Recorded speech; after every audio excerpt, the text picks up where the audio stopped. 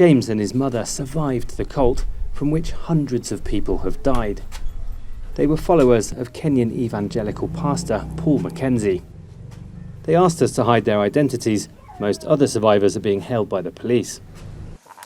This is where Mackenzie called people to live with him in a remote, arid forest near Kenya's coast. He told them to first starve their children to death and then starve themselves to reach heaven. James says his brother rescued him. He's visibly emaciated.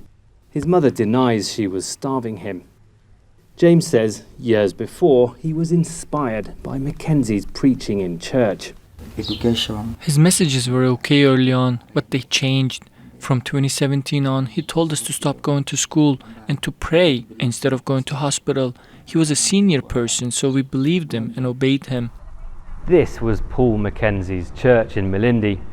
He used to stand right here every Sunday and preach to crowds of hundreds of people who gathered here.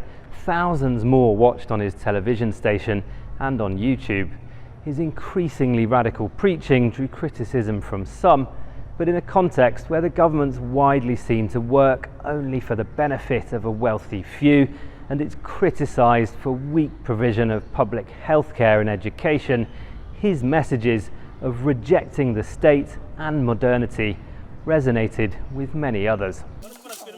Hundreds of them from Kenya and beyond followed him to the forest over the last 4 years. The search for bodies and survivors has been going on for more than a month. Investigators have said there may have been organ harvesting or bodies brought here from other places.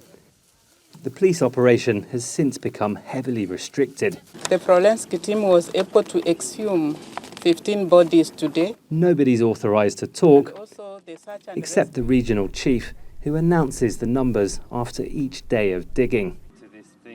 Rights groups, who were among the first to raise the alarm, say they've been excluded from the post-mortems. If you don't allow human rights and media, you allow speculations. Everybody's speculating whether the government has a hand in it or whether the people who did this may be protected by the government.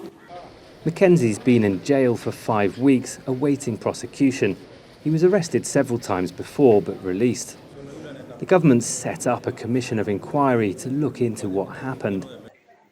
Meanwhile, people are still being found alive.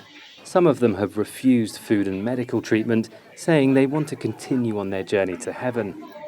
James says Mackenzie shouldn't go to jail. I'm happy to be alive, but I don't condemn Mackenzie. He was a preacher with his own beliefs. I can't say anything good or bad about him, but I would advise people to go back to the Bible and interrogate his preachings. The town's morgue has now been filled twice over. A second round of post-mortems is due to start on Tuesday. Hundreds of people are still missing. Malcolm Webb, Al Jazeera, Malindi, Kenya.